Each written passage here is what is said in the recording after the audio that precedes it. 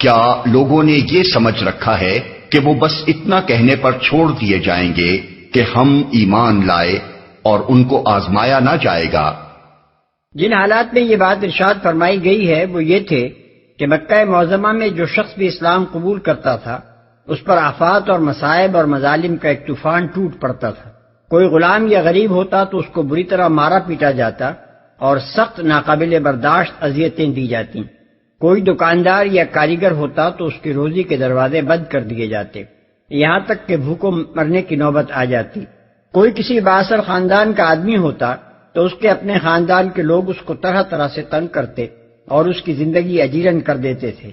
ان حالات نے مکے میں ایک سخت خوف اور دہشت کا ماحول پیدا کر دیا تھا، جس کی وجہ سے بہت سے لوگ تو نبی صلی اللہ علیہ وسلم کی صداقت کے قائل ہو جانے کے باوجود ایمان لاتے ہوئے ڈرتے تھے، اور کچھ لوگ ایمان لانے کے بعد جب دردناک اذیتوں سے دوچار ہوتے تو پست ہمت ہو کر کفار کے آگے گھٹنے ٹیک دیتے تھے۔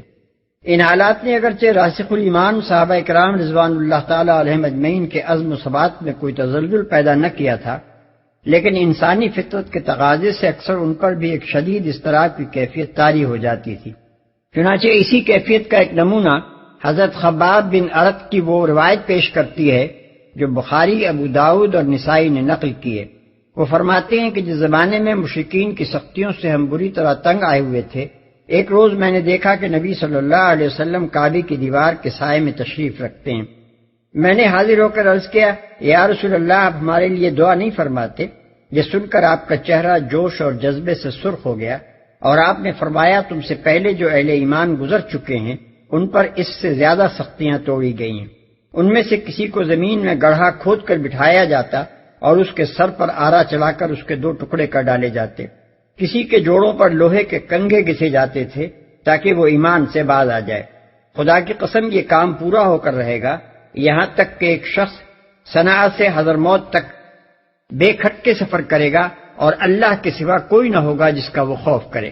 اس اضطرابی کیفیت کو ٹھنڈے صبر و تحمل میں تبدیل کرنے کے لیے اللہ تعالیٰ اہل ایمان کو سمجھاتا ہے کہ ہمارے جو وعدے دنیا اور آخرت کی کامرانیوں کے لیے ہیں، کوئی شخص مجرد زبانی دعوی ایمان کر کے ان کا مستحق نہیں ہو سکتا، بلکہ ہر مدعی کو لازماً آزمائشوں کی بھٹی سے گزرنا ہوگا تاکہ وہ اپنے دعوے کی صلاحیت کا ثبوت دے۔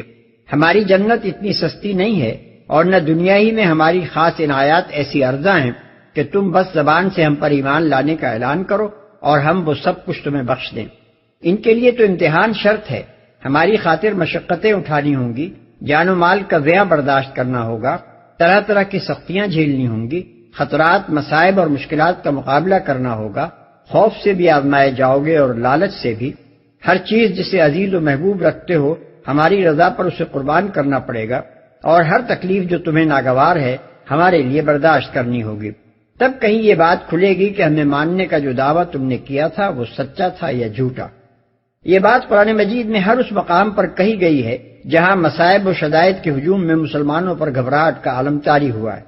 ہجرت کے بعد مدینے کی ابتدائی زندگی میں جب معاشی مشکلات، بیرونی خطرات اور یہود و منافقین کی داخلی شرارتوں نے اہل ایمان کو سخت پریشان کر رکھا تھا، اس وقت فرمایا، ام حسبتم ان تدخلوا الجنة ولما يأتكم مثل الذين خلوا من قبلكم مستهم البأساء والضراء وزلزلوا حتى يقول الرسول والذين آمنوا معه متى نصر الله ألا إن نصر الله قريب۔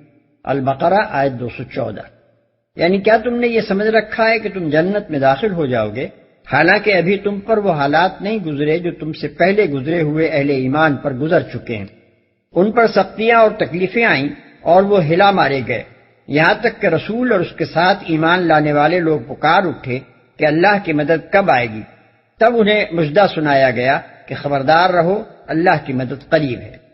اسی طرح جنگ احد کے بعد جب مسلمانوں پر پھر مصائب کا ایک سخت دور آیا تو ارشاد ہوا، ام حسبتم ان تدخلوا الجنة ولما يعلم الله الذين جاهدوا منكم ويعلم الصابرين۔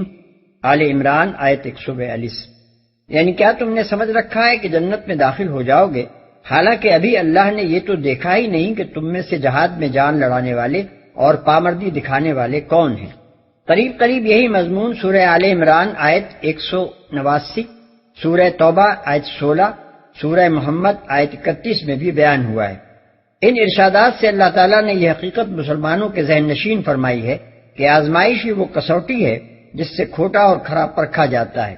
کھوٹا خود بخود اللہ تعالیٰ کی راہ سے ہٹ جاتا ہے اور کھرا چھانٹ لیا جاتا ہے تاکہ اللہ کے ان انعامات سے سرفراز ہو جو صرف صادق الایمان لوگوں کا ہی حصہ ہیں۔ وَلَقَدْ